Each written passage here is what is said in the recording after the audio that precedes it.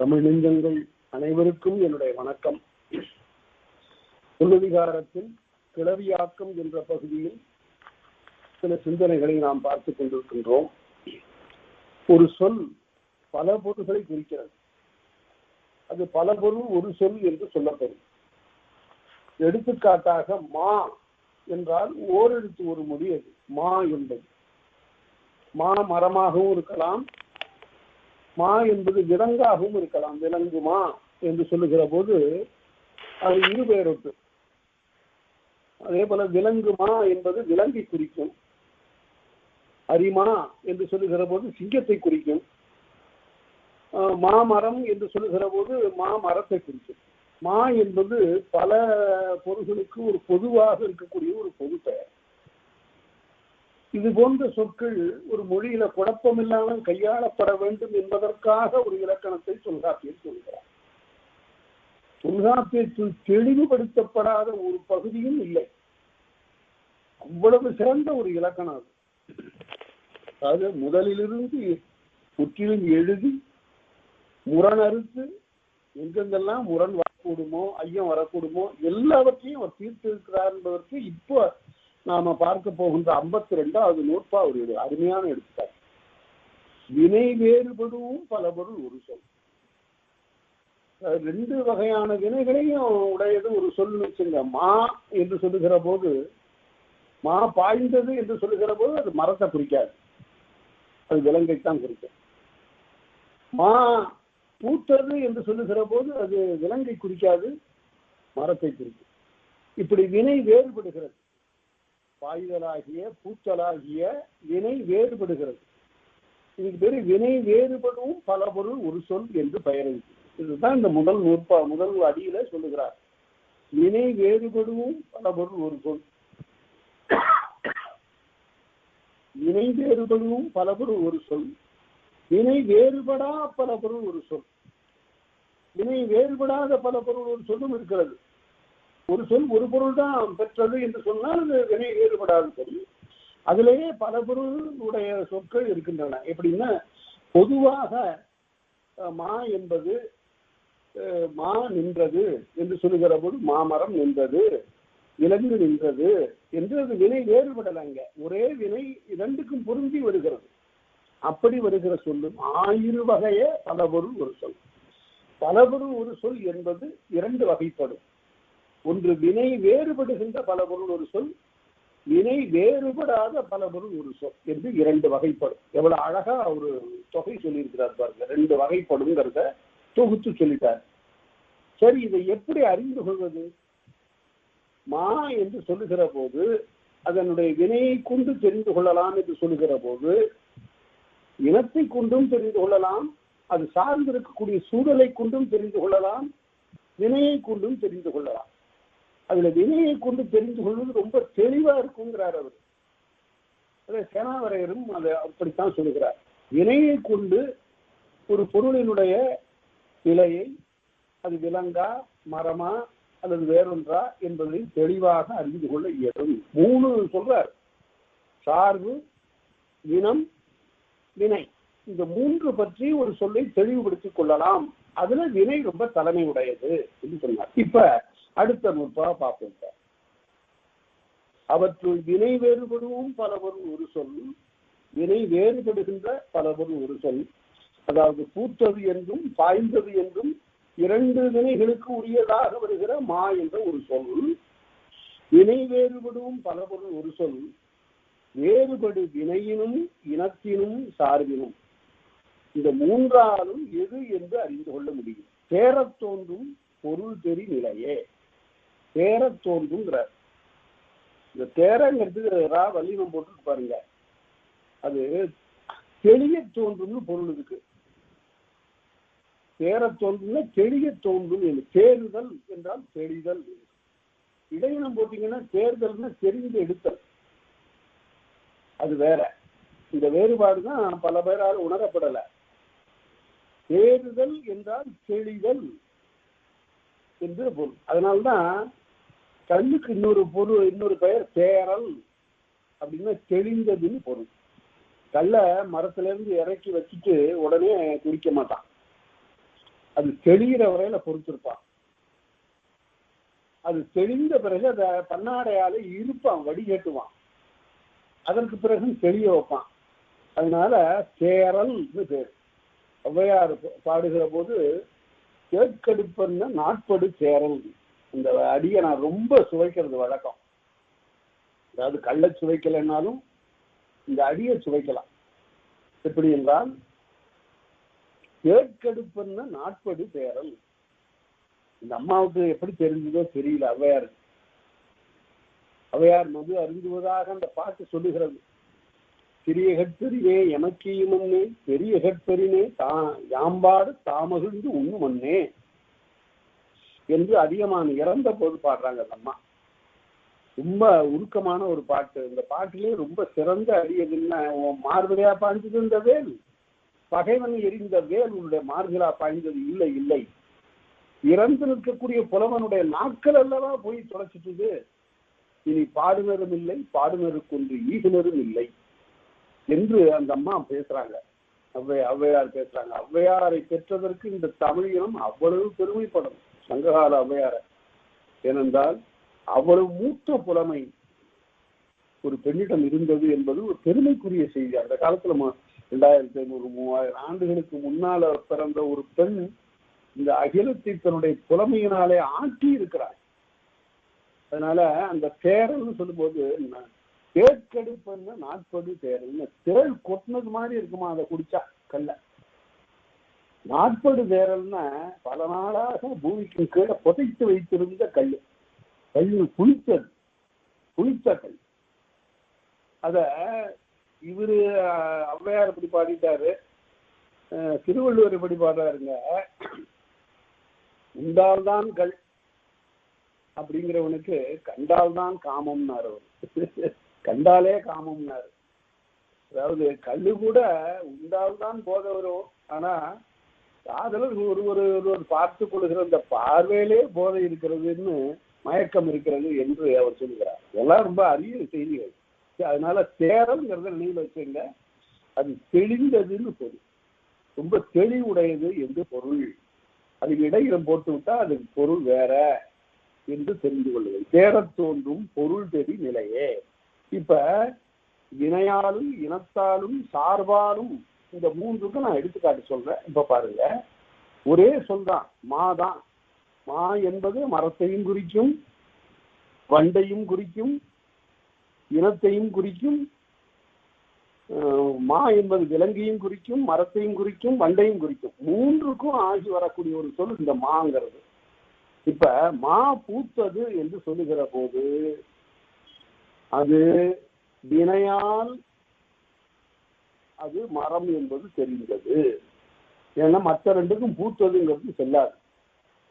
மா பூத்தது, மா பூத்ததுன்னு ஒரு ஒற்று போடணுங்க. மா பூத்தது ஓரெழுத்து ஒரு மொழி, அதுக்கு பிறகு நெடிலாக வரக்கூடிய ஓரெழுத்து ஒரு மொழி பின்னால வருகிற போது மா பூத்ததுன்னு இருக்கணும். மாமரம் பூத்திருக்கிறது. பூத்திருக்கிறதாகிய வினை மாமரத்திற்கே உரியது. அதனால இது பலவரும் ஒரு சொல்லாக இருந்தாலும் இவ்விடத்தில் இந்த வினையினால் அது மரம் என்பது தெரிந்தது. வினையினாலே அடையாளம் கண்டுகொள்ளப்பட்டது. அடுத்தது இனத்தினாலே அடையாளம் கண்டுகொள்ளுது. எப்படின்னு கேட்டா, மாவும் மருதும் ஓங்கி நின்றன அப்படின்னு சொல்றது. மருதுங்கிறது மருத மரம்ங்கிறது எல்லாருக்கும் தெரியும். மாவும் மருதும் ஓங்கி நின்றனன்னு சொல்லுகிற போதே இது மரம் தான். ஏனென்றா மருத மரம் மரம், அதோட இனமாக இதுவும் சேர்ந்து கொண்டிருக்கிறது மா என்பது. ஆகவே இந்த இடத்துல அது விலங்கை குறிக்காது, அது இனத்தினாலே அறியப்பட்டது. அடுத்தது சூழல் அல்லது சார்பு. கவசத்தை போட்டுக்கிட்டு கொண்டு வா அந்த மாவை அப்படின்னா உடனே மாமரத்தை கொண்டு வான்னு சொல்லலாம், குதிரையை கொண்டு வான்னு சொல்றான். இந்த இடத்துல மா என்பது குதிரை. சில இடங்கள்ல இந்த மா என்று சொன்னா வேறுபடுத்தி சொல்வதற்கு பாய்மான், பாய்கின்ற மரம் பாயாது, அது வினையினாலே பாய்தலாகிய வினையை கொண்டு அதை தெளிவுபடுத்திட்டான் பாய்மான்னு. அதுபோல கவசம் புக்கு, கவசத்தை மேலே போட்டு, கவசம்ங்கிறது தமிழ் சொல் இல்லை, அதுக்கு மெய்மறை என்று பதிற்றுப்பத்துல ஒரு சொல்ல சொல்லுகிறார்கள். மெய்மறை இன்னும் போடணும். மெய்மறை என்றால் மெய்யை மறைப்பது, உடம்பை மறைப்பது மெய்மறை. கவசம் புக்கு மாக்கொலை. இந்த கவசம்ங்கிறது இருக்கு பாருங்க, தன்னுடைய உடம்பை மறைத்துக் கொள்கிறான். சிறு வீரனாக இருப்பவன் இந்த கவசமே தரிக்காம போறதுக்கு போவானா, அதை பற்றியும் குறிப்பு இருக்கிறது. கர்ணன் இதிகாசத்துல மகாபாரதத்துல கர்ணன் பிறக்கின்ற காலத்தை கவசத்தோடும் குண்டலங்களோடும் பிறந்தான். அதாவது அவன் போர்ல அவனை யாரும் அழிக்க முடியாது என்பதற்கு அடையாளமாக அவன் கவசத்தோடு பிறந்தான். அதைத்தான் இந்திரன் அங்கிருந்து வந்து தன்னுடைய மகன் அர்ஜுனன் வாழ வேண்டும் என்பதற்காக 2 கட்டு பெறுகிறான் என்று நாம பார்க்கிறோம். அதனால உடம்போடு பிறந்தது கவசம் என்பது வடமொழியில இருக்கக்கூடிய மகாபாரதத்தில் வருகின்ற ஒரு அருமையான ஒரு செய்தி. உடைக்கு அவனை விஞ்சியவன் இல்லை, கர்ணனை விஞ்சியவன் இல்லை. அத தமிழ் பாரத நூல்கள் எழுதியிருப்பவர்கள் அருமையாக எழுதுகிறார்கள். அந்த பாடல்களை முழுமையா நமக்கு எல்லாமே கிடைக்கல. அதுல ஒரு பாட்டுல இந்திரன் அங்கிருந்து வந்து இறந்து கேட்கிற போது குடு எனக்கு இன்னொன்னு, அவன் இந்திரங்கிறதையும் தெரிந்து கொண்டே மாறுவேடத்துல வந்திருக்கிறான், அந்த அண்ணனாக வந்திருக்கிறான். ஆனா யாருக்கும் மறுத்து பழக்கம் இல்லை. ஆகவே நான் கொடுக்குறேன் என்று சொல்லிவிட்டு கொடுக்க முனைகிற போது அவனுடைய மனச்சார்ந்தே உறுத்துகிறது, இந்திரனுடைய மனச்சார்ந்தே உறுத்துகிறது. ஐயோ, இவனிடம் போய் இவன் சாவதற்கு நாம் ஒரு கொடை கேட்கிறோம், இவனிடம் இதை வாங்கிட்டு போயிட்டா இவன் இறந்து போயிடுவான், இவனை யாரும் கொண்டு விடுவார். அப்போ அவனிடமே ஒரு பரிவு வருகிற போது கொஞ்சம் யோசிச்சு கூட அப்படிங்கிறான். இல்ல அதெல்லாம் இல்ல, கொடுக்க வேண்டும் என்று வந்து விட்ட பிறகு சிந்தித்தல் இல்லை. இல்ல நீ போய் காலை கடன்லாம் முடித்து நீராடி விட்டு அதற்கு பிறகு வந்து கொடு. பாரதத்துல இல்ல, தமிழ் பாரதத்துல இருக்கு. நீ போய் காலை கடன்கள்லாம் முடித்து நீராடி விட்டு அதற்கு பிறகு கொடுப்பா, நான் போயிட்டு வர்றேன் அப்படிங்கிறான் இந்திரன். அவனுடைய மனச்சார்ந்து அப்படி உரிச்சது. உடனே அவன் சொல்றான், கொடுக்க வேண்டும் என்று ஒரு சிந்தை வந்த பிறகு கொஞ்ச நேரம் தள்ளி போட்டாலும் கூட மனம் மாறும், அதற்கு நான் இடம் கொடுக்கவே மாட்டேன், அதனால இப்போதே பெற்றுக்கொள் என்று சொல்லி கொடுத்துட்றான். அது அந்த மாதிரியான ஒரு செய்தி. அது எதற்காக சொல்லப்படுகிறது என்றால், கொடை என்பது உடனே கொடுத்துடணும், கொடுக்க வேண்டும் என்று சிந்தித்தால் உடனே கொடுத்துடணும். நாளை கொடுக்கலாம்னா போச்சு, மறுநாள் அதே மாதிரியான சிந்தை வராது. ஏனென்றால் தன்னிடம் இருக்கின்ற பொருளை இழந்து விடுதல் என்பது மனித இயல்பு இல்லை. எதுக்காக கொடுக்கறதுன்னு கேட்பான். அப்புறம் இப்ப கொடுக்க வேண்டாம், பிறகு பார்த்தோம்மா, நமக்கு தேவையா இருக்கிறதுமா இதெல்லாம். அதனால அப்படி அந்த கர்ணனுடைய வரலாறு அருமையாக தமிழ் பாடல்கள்ல பாடப்பட்டிருக்கிறது. இந்த பகுதிகளெல்லாம் தேர்ந்தெடுத்து படிக்கணும். நான் சில பாடல்களை அதற்கு பிறகு பின்னால வாய்ப்பு கிடைக்கிற போது ஒரு பட்டியல் எடுத்து, இந்த மாதிரி பாடல்களை மறந்து போச்சு, அவற்றை பட்டியல் எடுத்து மறுபடியும் அரிய பாடல், அது பலவேறு காலங்கள்ல, சங்க காலத்திலிருந்து சங்க காலத்து பாடல்கள் 2379 நம்ம தொகுத்துட்டோம். கிடைச்சத ஐயருடைய புண்ணியத்தினால நம்ம தொகுத்துட்டோம். எஞ்சிய பாடல்கள் எத்தனையோ போச்சு. அதே போல இடைக்கால பிற்கால பாடல்களையும் கூட பல பாடல்கள் பல பேருடைய கவனத்திற்கு வாராமலே போய்விட்டன. அவற்றையெல்லாம் ஒரு எழுதி இந்த அமைப்புக்கு கொடுத்தா அதை எல்லாரும் படி எடுத்துக்கொண்டு அந்த பாடலை படிச்சு சுவைக்கலாம். அவ்வளவு அழகான பாடல், அவ்வளவு நேர்த்தியான பாடல்கள், ஆழமான கருத்துடைய பாடல்.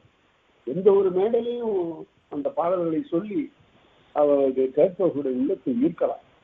அத்தகைய பாடல்களை பின்னால பார்ப்போம். அது பாரதத்துல அப்படி சில பாடல்கள் இருக்கின்றன. தமிழ் பாரதத்துல ஒரு 50-55 பாட்டு தான். அதுக்கு சில பாடல்கள் மிகவும் விதைகள் மாதிரி அப்படி இருக்கக்கூடிய பாடல்களை பார்க்கலாம். இப்போ குண்டலகேசி இருக்கிறது, கிடைக்கிறது 55 பாட்டு அது கிடைக்கிது.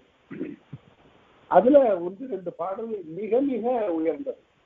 சமயம்லாம் கடந்து சிந்திக்கக்கூடிய சிந்தனை, அதெல்லாம் அதை பிறகு பார்ப்போம். இப்ப கவசம் புக்கு மாக்கோணா என்ற வழி, கவசத்தை புகுந்து மாவை கொண்டு வா என்று சொல்லுகிற போது அது மா என்பது குதிரையை குறிக்கும். அதனால 3 காரணமாக பல பொருள் ஒரு சொல்லில் அது எந்த பொருளை குறிக்கிறது என்று தெரிந்து கொள்ளலாம்.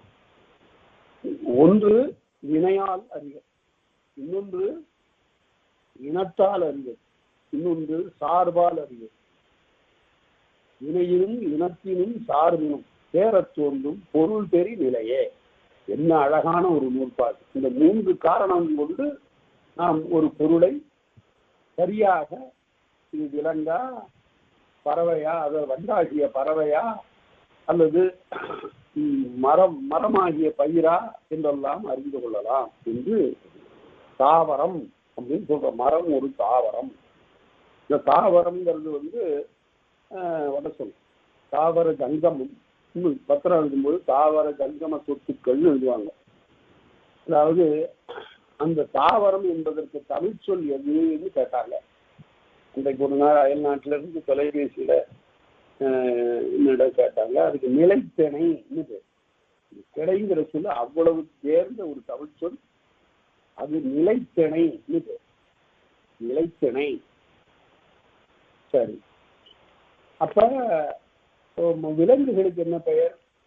அதுக்கு ஈடான ஒரு பெயர் என்ன? அது இயங்கு திணை.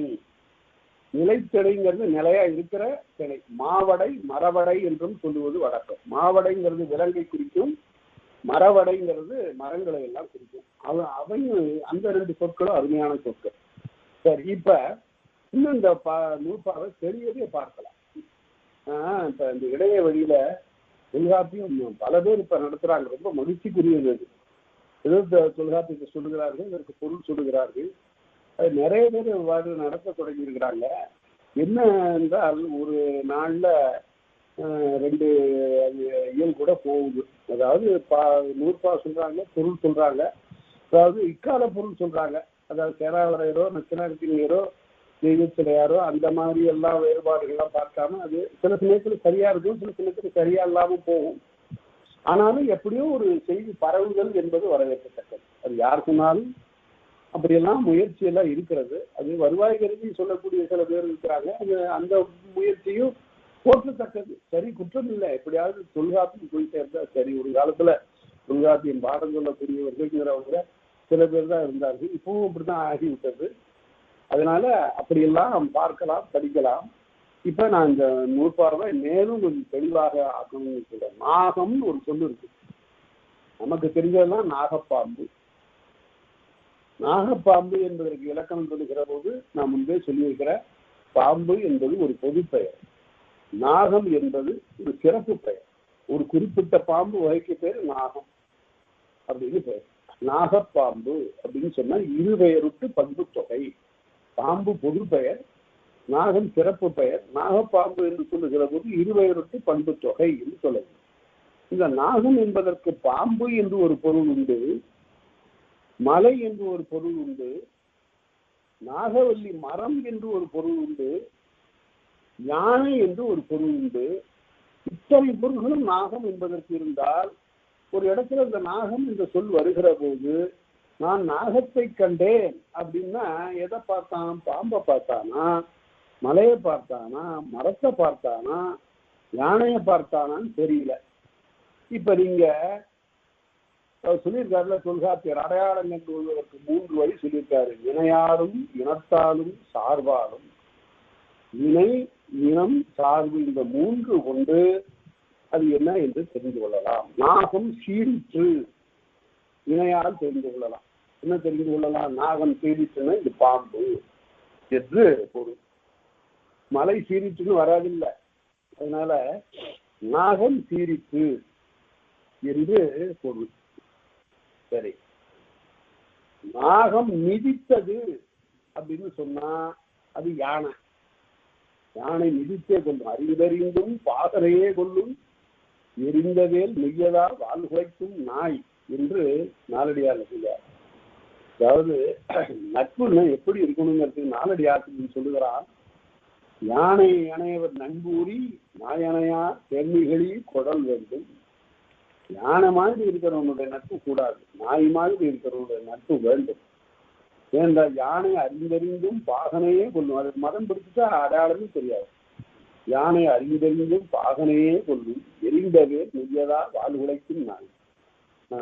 அந்த ஆளு எரிந்த வேல் தன்னுடைய உடம்புல இருந்தாலும் கூட அவன் சோறு போட்டவன் என்ற அந்த உணர்ச்சியினால, நன்றியினால, பழக்கத்தினால வாழ் உழைக்கும் நாய் என்று நாலடியார் பேசுகிறார்.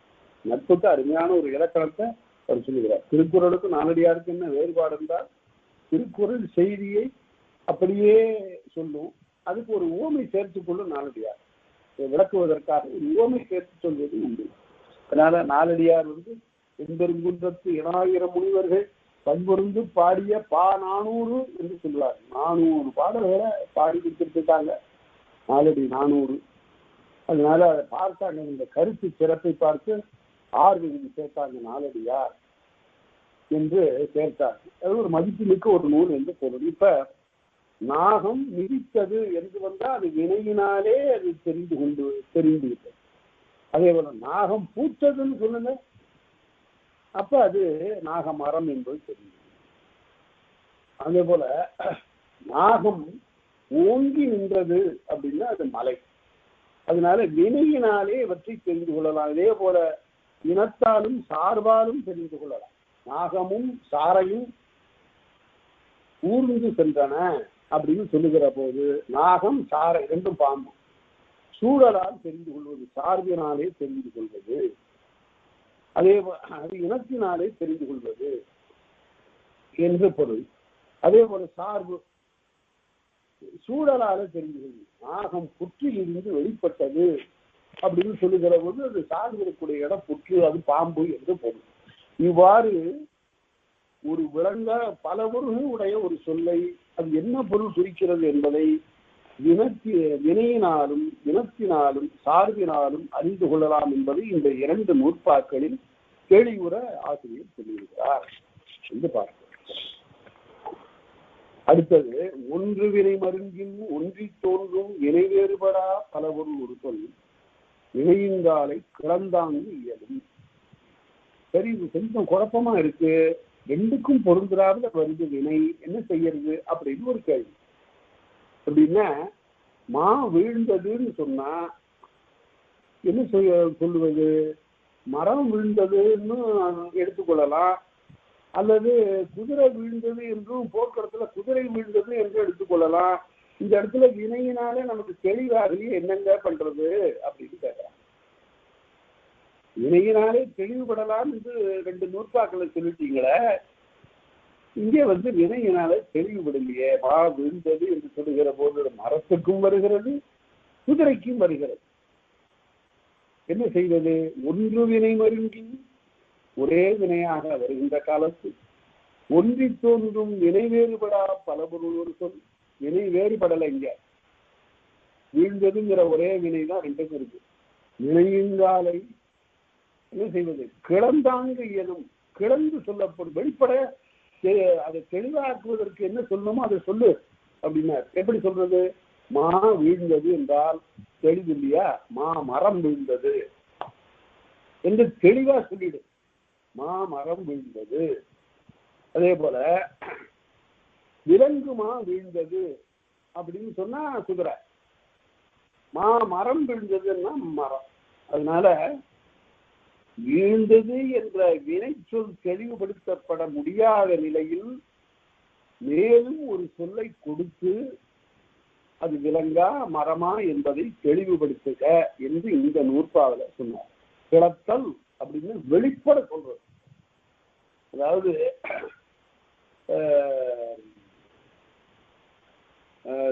பேச்சு வழக்குல சொல்லுவாங்க, அவன் 1க்கு 2 கிழிச்சிட்டாங்க அப்படின்னு. அதாவது கொஞ்சம் கூட ஐயத்திற்கு இடமில்லாமல் சொல்லிவிடுதலை கிளத்தல் என்று சொல்லுவது வழக்கம். கிளத்தல் சரியாக ஒலிக்க வேண்டும். அதனால கிளத்தல் என்பது எடுத்து வெளிப்படுத்துக, தெளிவாக வெளிப்படுத்துகிறது பொருள். அவ்வாறு வருவது இந்த சொல். அடுத்தது, குறித்தோன் கூற்றம் தெரித்து முடி கிளவி. ஒரு பொருளை சொல்லுகிறவன் இருக்கிறான் பாருங்க, குறித்து சொல்லுகிறவன், அவனுடைய கூற்றம் தெரித்து முடி கிளவி. ஒரு பொருள் வேறுபாடு குறிக்கிறவன் அது இன்ன வகையினால விளங்கவில்லை என்றால் அதனை தெளிவாக இத்தன்மையது என்பதனை வெளிப்படுத்தி சொல்லுக. மேல உள்ள நூற்பாவுக்கு உள்ள கருத்தை இன்னும் கொஞ்சம் விளக்குறார். அங்க சொன்னாரு, வீழ்ந்தது என்ற வினை தெளிவுபடுத்தாத நிலையில் ஒரு சொல்ல கொடுத்து சொல்லு அப்படின்னாரு. இங்க என்ன சொல்லுகிறார் என்றால், தெளிவு ஒரு சொல்லுகின்றவனுடைய குறிப்பை புலப்படுத்துகின்ற வகையில் சொல்லுத. எடுத்து சொல்லுகிறவன் என்ன குறிப்பிட சொல்லுகிறான்னு சொல்லு என்று. அந்த சொல்லுக்குரிய பொருளை விட அவன் சொல்லுகிறவனுடைய குறிப்பு முக்கியம். என்று அதனை காட்டுகிறார். எப்படி என்றால், இப்ப எடுத்துக்காட்டா பாருங்க, மாலை வந்தது அப்படின்னு இருக்கு. மாலை வந்ததுன்னா திருமணத்திற்காக ஏற்பாடு செய்திருந்தார்கள், மணமக்கள் சூட்ட வேண்டிய மாலை வந்துச்சுன்னு சொன்னான். மாலை வந்தது அப்படின்னா, இன்னொருத்தன் மதியம் போய் இப்ப மாலை வந்தது, மாலை வந்தது, மாலை நேரம் வந்தது. இந்த மாதிரி இடத்துல தெரித்து சொல்லுக, தெளிவா வெளிப்படையா சொல்லுங்க. போன நூற்பாவில சொன்னது எப்படின்னு கேட்டா, ஒரு சொல்ல கூட்டி சொல்லுன்னாரு. இங்க சொல்லுகிறவனுடைய குறிப்பை வெளிப்படுத்துகின்ற வகையில் சொல் அப்படின்னாரு. எப்படி? மாலை வந்தது, முன்னாடி ஒரு சொல்ல சேருங்க, பூமாலை வந்தது. ஆக இது மலர்களால் சுடுக்கப்பட்ட மாலை என்பது தெரிகிறது. மயக்கு மாலை பொழுதேனி போ போன்னு அந்த காலத்துல ஒரு சினிமா பாட்டு, மயக்கு மாலை பொழுதேனி போ போ. மயக்கு மாலைன்னா உடனே அது மாலை நேரம்னு போடும். அதனால அவ்வாறு சொல்லுகின்றவருடைய குறிப்பை தெளிவாக புலப்படுத்துகிற வகையில் சொல்ல வேண்டும் என்று சொன்னார். அதுக்கு ஒரு செய்யுளை எடுத்துக்காட்டு காட்டுகிறார் சேட்டாவரே. அரிதார சாந்தம் கலந்தது போல, அரிதாரங்கிறது ஒப்பனைக்காக பயன்படுத்துகிற மாவு பொருள், ஒப்பனை பொருள். இந்த காலத்துல பேர் அண்ட் லவ்லிங்கிறாங்கள, அது மாதிரி அரிதார சாந்தம் கலந்தது போல, அது நல்ல சிவப்பாகவும் பழுப்பாகவும் இருக்கக்கூடிய ஒரு பொருள். தண்ணீர்ல அப்படின்னு ஒரு ஆற்றுல குளிச்சுட்டு இருந்தா, குளிச்சுட்டு இருக்கும்போது இந்த உடம்பெல்லாம் பூசிக்கொண்டு இருந்த இந்த அரிகாரம் தண்ணீர்ல பட்ட உடனே கரைஞ்சி ஆற்றுல தண்ணீர் ஓடுகிற போது சிவப்பாகவும் ரோசாப்பூ மாதிரியும் அப்படி போயிட்டு இருக்கு. அதை சொல்றான், அரிதார சாந்தம் கலந்தது போல உருகழ தோன்றி, உருன நிறம், நிறம் கிழன்னா மிகுதியாக, நிறம் மிகுதியாக தோன்றி வருமே முருகுரலும், முருகுன்னு அழகு, முருகு உரலும் அன்பன் மழை பெய்த நீர். அன்பனுடைய மலையில பெய்த நீரானது எப்படி வருதுன்ற அப்படியே சிவப்பா வருதா. எது மாதிரி சிவப்பா வருது? ஏன் சிவப்பா வருது அப்படின்னா, அந்த மலையிலேருந்து, அது செம்மண் மலை, அங்க இருந்து தண்ணீர் வருது, அது சிவப்பா வருது. எது போல சிவப்பா வருதுன்னு தெளிவா சொல்லிட்டான். அரிதார சாந்தம் கலந்தது போல வருது, அரிதார சாந்தம் கலந்தது போல முருகட தோன்றி வருமே முருகுரலும் அந்தன் மழை பெய்த நீர். அந்தனுடைய மலையில பெய்த நீரானது அரிதார சிவப்பா வந்ததுன்னு சொல்லியிருந்தா நமக்கு விளங்கல. நிறம் சிவப்புன்னு கூட சொல்லலை இங்க, நிறம் தோன்ற வந்ததுன்னு சொன்னா என்ன ஐயா இது? நிறம் தோன்ற வந்ததுன்னா எப்படி, என்ன நிறம் அப்படின்னு கேட்கலாம். ஒன்றும் இல்லை, அரிதார சாந்தம் கலந்தது போல. இந்த பாட்டை படிச்சுட்டு இந்த சேனாவரியத்துல இதை கேட்டிருப்பார் போன்றது. ஓடுகிற அது நாட்டுப்புற பாட்டு, யாரோ பாடியிருக்கிறான். ஓடுகிற தண்ணியில உரசி செஞ்சனத்தை சொந்த மச்சான்லே சேர்ந்ததுவோ இல்லையோ, அருமையான ஒரு நாட்டுப்புற பாட்டு. அதாவது இவை குளிக்கிறது ஒரு கரையில எங்கேயோ குளிக்கிறான், அவன் கீழ் பக்கத்துல எங்கேயோ 2 கல் தொலைவுக்கு அப்பால இருக்கிறான். இந்த தண்ணி அங்க போகுது, ஆற்று தண்ணி அங்க போகுது. அவ சொல்றா, இந்த தண்ணீரை தூது விட்டது போல பேசுறாங்க. ஓடுகிற தண்ணியில உரசி விட்ட சந்தனத்தை சொந்த மிச்சாமத்தியிலே சேர்ந்ததுவோ இல்லையோ அப்படின்னு நாட்டுப்புற பாட்டை பார்த்தோம். அது அரிதார சாந்தம் கலந்தது போல அப்படி ஒரு சிவப்பா அந்த நீர் சென்றது என்று ஒரு காரணத்தை கொண்டு சொன்னோம். அதுபோல குறித்தவனுடைய கூற்றுல ஒரு உள்ளுரை இருக்கு. அதுக்காக இந்த பாட்டை சேனாவரையர் சொல்றார். இது ஒரு அகப்பாட்டு, இதெல்லாம் ஒரு துண்டு துண்டா இருக்கிறது, எங்கேயும் வேற எங்கேயும் கிடைக்கல. அரிதார சாந்தம் கலந்தது போல அப்படின்னா, ஒப்பனை கரைந்த அந்த தண்ணீரானது, ஒப்பனையை கலைத்த அந்த தண்ணீர் அதனுடைய நிறத்தை பெற்று போகிறது. அதுபோல அவருடைய உள்ளம் கலந்து வருகிறது இந்த நீர் என்று அந்த உள்ளுரையை காட்டுகிறது. அந்த தண்ணீர் எங்கிருந்து வருகிறது தெரியுமா? என்னுடைய காதலி இருக்கிற ஊரிலிருந்து வருகிறது. அவள் இப்போது எங்கே இருக்கிறாள் தெரியுமா? அந்த நீர் துறையில இருக்கிறாள். அது எப்படி தெரிகிறது? வருகிற தண்ணீரிலே இந்த ஒப்பனை கலைந்த நிறம் தெரிகிறது. ஆகவே அவள் குளித்துக் கொண்டிருக்கிறாள் என்று பொருள். எங்க 2 கல்லுக்கு அப்பால 3 கல்லுக்கு அப்பால என்ன கற்பனை இலக்கியத்துல! இதைத்தான் தெளிவாக இவ்வாறு ஒரு சொல்லிவிடு. திருச்சோன் கூற்றம் தெரித்து மொழி கிளவி. தெரித்து என்று சொன்னால் தேர்ந்து, இந்த இடத்துல தேர்ந்து தேர்ந்து சொல்லக்கூடிய மொழியினால் சொல் என்று சொன்னார். அடுத்தது இப்ப மாலை வந்தது அப்படிங்கிறதுக்கு 2 எடுத்துக்காட்டு நான் சொல்லுவோம். ஒன்று பூமாலை வந்தது, சரி, அது குறித்தோன் கூட்டத்தை தெளிவாக தெரித்து விட்டது. அடுத்தது கதிர் சாய மாலை வந்தது அப்படின்னா சூரியன் சாய மாலை வந்தது அப்படின்னு தெரியும். அதாவது என்ன அருமையான சொற்கள்! இந்த பொழுதுக்கெல்லாம் தமிழ் சொற்கள் மாதிரி அவ்வளவு பல சொற்கள் வேறு மொழியில இல்லை. என்ன இந்த பொழுதை எப்படின்னா அளந்திருக்கிறான். கையெழுத்து மறைகிற நேரம்னு இப்பெல்லாம் சொல்லுவாங்க. அது என்ன கையெழுத்து மறைகிற நேரம்? கையால எழுதிய எழுத்துன்னு அதுக்கு பொருள் இல்லை. கையில இருக்கிற ரேகைன்னு பொருள். அந்த மாலை மயங்கி இருள் படிக்கின்ற காலத்து கையில் இருக்கிற அந்த கோடு கூட புலனாகல. அதான் கையெழுத்து மறைகிற நேரம்னு பொருள். அது மாலைக்கு அப்படி ஒரு நேரம். மாலைன்னாவே மயக்கம்னு பொருள். எப்படின்னா மால் அப்படின்னா 2 ஒன்னா கலந்ததுன்னு பொருள். அதனால திருமால் 2 நிறம் ஒன்றாக கலந்தவன். நீலமேக சியாமள வர்ணன்மா. அதனால 2 நிறம் கலந்த நிலையில இருக்கக்கூடிய இவனுக்கு மால்னு பேர். மால். அதே போல பல மலர்கள் ஒன்றாக கலந்ததுனால அதுக்கு மாலைன்னு பேர். மால் என்றால் கலத்தல் என்று பொருள்.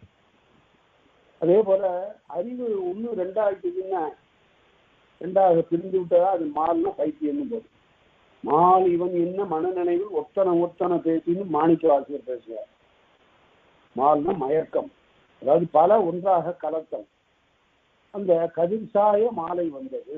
இப்போ பருவங்களுக்கு எத்தனை பேர் இருக்கு பாருங்க. அதுக்கு நாம கொண்டிருந்த ஒரு சொல் சாயங்காலம்னு இப்ப சொல்றாங்க. அது வடமொழியில சாயங்காலம்ன்றதுக்கு என்ன பொருள்ங்கிறதே அங்க இல்லை. ஆனா தமிழ்ல அதுக்கு தமிழ்ல இருந்து போன சொல்லுங்கிறதுக்கு எடுத்துக்காட்டு அது சாயுங்காலம். எது சாயுங்காலம்? கதிர் சாயும் காலம். கதிர் சாயுங்காலம்ங்கிறது சாயுங்காலம்ங்கிறது சாயங்காலம்னு ஆக்கி அதை வட சொல்லி சொல்லிட்டாங்க. அதுக்கு சாயரட்சை அப்படின்னு அதுக்கப்புறம் அதுக்கு மாற்றினாங்க. அதனால அதெல்லாம் தமிழ் சொல்லிலிருந்து போனதற்கு அடையாளம் அதெல்லாம். சரி, அடுத்தது இப்ப இதுவரையில திணையை பற்றி பல இடங்கள்ல சொல்லிட்டார்.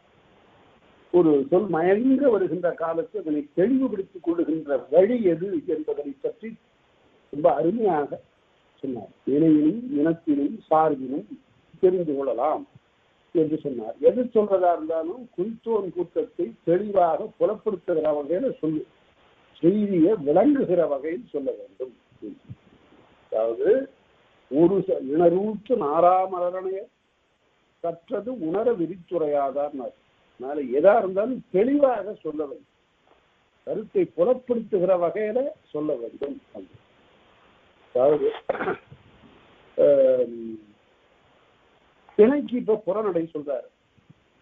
என்னென்ன சொல்றாரு? குடிமை, ஆண்மை, இளமை, மூப்பே, அடிமை, வன்மை.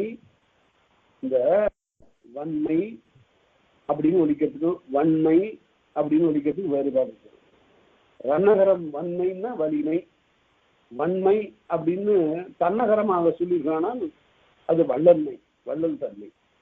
அடிமை, வன்மை, விருந்தே, குழுவே, பெண்மை, அரசே, மகவே, குழவி, தன்மை, திரிபெயர், உறுப்பின் கிளவி, காதல், சிறப்பே, செறச்சொல், விரற்சொல் என்று 18 சொல்றார். இந்த 18 உளப்பட தொகை உயர்தனை மருங்கின அன்னபிறவும் அவற்றோடு சிவடி முன்னத்தின் உணரும் கிளவி எல்லாம். முன்னம்னா குறிப்பு. குறிப்பினாலே பொருளறியப்படுகின்ற சொற்கள் எல்லாம் உயர்திணை மருங்கின ஆயினும் மருங்கின் நிலையிலாயினும் அகிரணை மருங்கின் கிளந்தாண்டு இவையெல்லாம் இந்த 18 உயர்நிலை சொற்கள் தான். குடிமை, ஆண்மை, மூப்பு இதெல்லாம் உயர்நிலை சொற்கள் தான். ஆனால் இந்த சொற்களுடைய வடிவத்தின் காரணமாக இவை அகிரணையாக முடிவு பெறும். அகிரணையாக முடிவு பெறும். அதான் இவையெல்லாம் உயர்நிலைக்குரிய சொற்களாக இருந்தாலும் அகிர்ணை முடிவாக இது கொள்ளப்பெறும். எப்படி என்றால், குடிமை நன்று. குடிமை என்பது என்னன்னு கேட்டா, ஒரு குடும்பத்தில் தொடர்ந்து வருகின்ற ஒரு மரபு, குடிமை பண்பு. பழங்குடி பண்பு தலைப்பிரிதல் என்று அருமையான திருக்குறள், அதுக்கு அருமையான உரை. வழங்குவது உள்விழுந்த கண்ணும், கொடுக்கறது ரொம்ப குறைஞ்சு போச்சு. ஒரு காலத்துல வாரி வாரி கொடுத்துட்டு இருந்த கொடை வள்ளல் இப்ப கேட்டவர்களுக்கு கொடுப்பதற்கு ஒன்றுமில்லாத காலத்துல காதுல இருந்த கடுக்கனை கலத்தி கொடுத்தான்னு சொல்றாங்க ஒரு தனிப்பாடல்ல. இதுதாங்க இருக்கு, இதை வச்சுக்க அப்படின்னு. அதுபோல வழங்குவது உள்விழுந்த கண்ணும் பழங்குடி பண்பில் தலைப்பிரிதல் என்றார். பழமையான குடி இருக்குத, அதுல அந்த கொடுக்கிற பண்பு மாறவே மாறாது. ஐயர் உவே சாமிநாத ஐயர் அவர்கள் ஒரு வரலாற்று நிகழ்ச்சி எழுதுகிறார். பல பேர் அதை படித்திருப்பதற்கு வாய்ப்பு இல்லை, அதனால அதை இங்க சொல்றேன். அத கும்பகோணத்துல தொடர்வண்டி நிலையத்துல ஒருத்தர் இறங்கினாரு. அப்ப சொன்னாரு, பாபநாசத்துக்கு போகணும் அப்படின்னோன்னா அங்க ஒரு வண்டிக்காரர் இருந்தாரு, மாட்டு வண்டிக்காரரு. பாபநாசத்துக்கு போகணும்யா அப்படின்னது அந்த காலத்துல. பாபநாசத்துக்கு போகணுமா, 3/4 ரூபா வேணும், சாப்பாட்டுக்கு காசு வேணும். இல்லையா இவ்வளவு கேட்கற, அந்த காலத்துல பெரிய தொகை, இவ்வளவு கேட்கற, இவ்வளவு கொடுக்க முடியாதுங்க, என்னால கொடுக்க முடியாதுன்னு நானும் வர முடியாது, வேற வழி இல்லை, சரின்னு முனைவிட்டு 3/4 ரூபாய்க்கு சாப்பாட்டு காசுக்கு ஒத்துக்கொண்டு அந்த வண்டியில ஏறி உட்காந்துட்டார். வண்டி மெதுவா போகுது. போய் பாபநாசம் போனோன்னு யார் வீட்டுக்கு போகணும் அப்படின்னு கேட்ட உடனே அங்க இருந்து ஒரு பெரிய கொடை வள்ளல் வீட்டை அந்த புலவர் சொல்றார். வந்தவர் ஒரு புலவர், கொடை வள்ளலுடைய வீட்டை சொல்றார். அந்த வீடெல்லாம் மாறி போச்சு, அங்கெல்லாம் ஒத்துரும் இல்லை. அந்த கொடை வள்ளல்லாம் இறந்து போயிட்டு தெரியாம அவர் வர்றாரு, அவரை தேடிக்கிட்டு ஏதாவது வாங்கிட்டு போகலான்னு. 3/4 ரூபா பணத்தையும் கொடுத்துட்டு சாப்பாட்டுக்கு காசும் கொடுக்கறதுக்காக ஒத்துக்கொண்டு இங்க வந்து ஏமாற்றத்தை தான் அடைய போறாரு. வந்து அங்க இருந்து வண்டியை விட்டு கீழே இறங்கி இருந்தோம், இதாங்க அந்த வீடு அப்படின்னோன்னா, இவர் வீட்டுக்கா நீங்க வந்தீங்க? ஆமா, அவரை தான் பார்க்க வந்தேன் அப்படின்னு சொன்னோன்னா, சரி இவள்கிட்ட போய் என்னத்த பேசிக்கிட்டுன்னு சொல்லிட்டு 3/4 ரூபாயும் சாப்பாட்டுக்கான காசையும் எடுத்து அவர்கிட்ட கொடுக்க போனது இந்த வண்டிக்காரர் வேண்டாங்க. ஏங்க அவ்வளவு கராரா பேசுனா இப்ப வேண்டான்னு சொல்றிய அப்படின்னு கேட்டதுக்கு அவர் சொன்னாரு, இன்னும் இந்த கொடுக்கிற ஒரு பரம்பரையில ஒருத்தன் போய் தன்னை தேடி வரக்கூடிய ஒரு சொத்தை வாங்குவானா? இந்த வீட்டுக்காரரே இறந்து போயிட்டார், அவருடைய மகன் தான் நான் வண்டி ஓட்டி பிழைக்கிறேன். இப்போ போய் என்னுடைய தந்தையை தேடி வந்த உங்களிடம் போய் இந்த காசை வாங்கலாமா?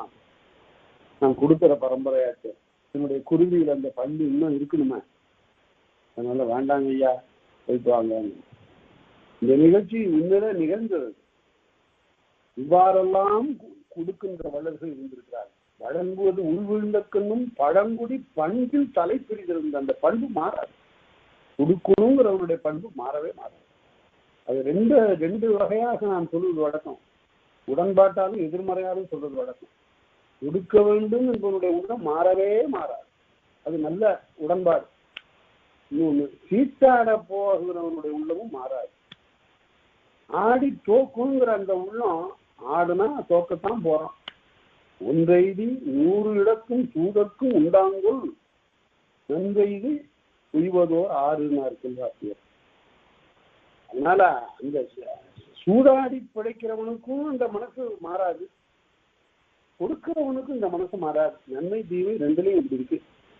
அதுதான் பார்க்கணும். இந்த குடிமை நன்று அப்படின்னு தான் சொல்லணும், குடிமை நல்லன்னு சொல்லக்கூடாது. அதே போல ஆண்மை நன்றுன்னு சொல்லணும், அகரணையா தான் சொல்லணும். ஆண்மை நல்லன்னு சொல்லக்கூடாது. ஆண் நல்லன்னு சொல்லலாம், ஆண்மை நன்று தான். இதெல்லாம் பண்பு பெயர். இளமை நன்று, மூப்பு நன்று. மூப்பு நன்றுன்னு சொல்ல முடியுமா? நன்றுதான். ஏனென்றால் அனுபவத்தால் பெறுகின்ற அறிவு அது மூப்பிற்கே உரியது. அதனால மூத்தோர் சொல் கேட்க வேண்டும் என்று அவை சொல்வார். அதனால மூத்தவர்களுடைய சொல்லை கேட்க வேண்டும். மூப்பே, அந்த மூப்புன்னு என்ன? தொடித்தலை விடுத்தண்டு ஊன்றி இருமிடை மிடைந்த சில சொல் பெருமூதாளரே ஆகிய எமக்கே அப்படின்னு புறநானூற்றுல தொடித்தலை விடுத்தண்டு ஊன்றினார்ங்கிற ஒரு புலவர் சொல்றார். அதுதான் மூப்பு. 4 சொல் பேசுறதுக்குள்ள 3 இருமல் வந்துருது. இருமிடை மிடைந்த சில சொல் பெருமூதாளரே ஆகிய எமக்கே. அந்த மூப்பு குடிமை, ஆண்மை, இளமை, மூப்பே. அடிமை, யான் உனக்கு அடியன், அடியேன். இந்த அடிமைங்கிற சொல்ல நினைக்கும் போதெல்லாம் நமக்கு மனதுல நினைவுல வர வேண்டிய ஒரு நிகழ்ச்சி, இலக்கிய நிகழ்ச்சி எதுன்னு கேட்டா சுந்தரருடைய தடுத்தாட்கொண்ட புராணம் தான். சுந்தரருடைய தடுத்தாட்கொண்ட புராணத்துல நீங்க அந்தணனுக்கு அடிமையாவதா அப்படின்னு கேட்கிறாரு. இல்லையா, அவருடைய பாட்டனை எழுதி கொடுத்துருக்காங்க. அந்த இடத்துல எனக்கு ரொம்ப பிடித்தது எது என்று கேட்டா, அந்த சுந்தரர் கேட்கிறார், சுந்தரர் சார்ந்தவரும் கேட்கிறார்கள், நான் உனக்கு அடிமை என்று சொன்னால் அதற்கு இன்னொரு சான்று காட்ட வேண்டும், ஏதாவது ஒரு ஆதாரம் இருக்கணும். அது என்ன ஆதாரம்?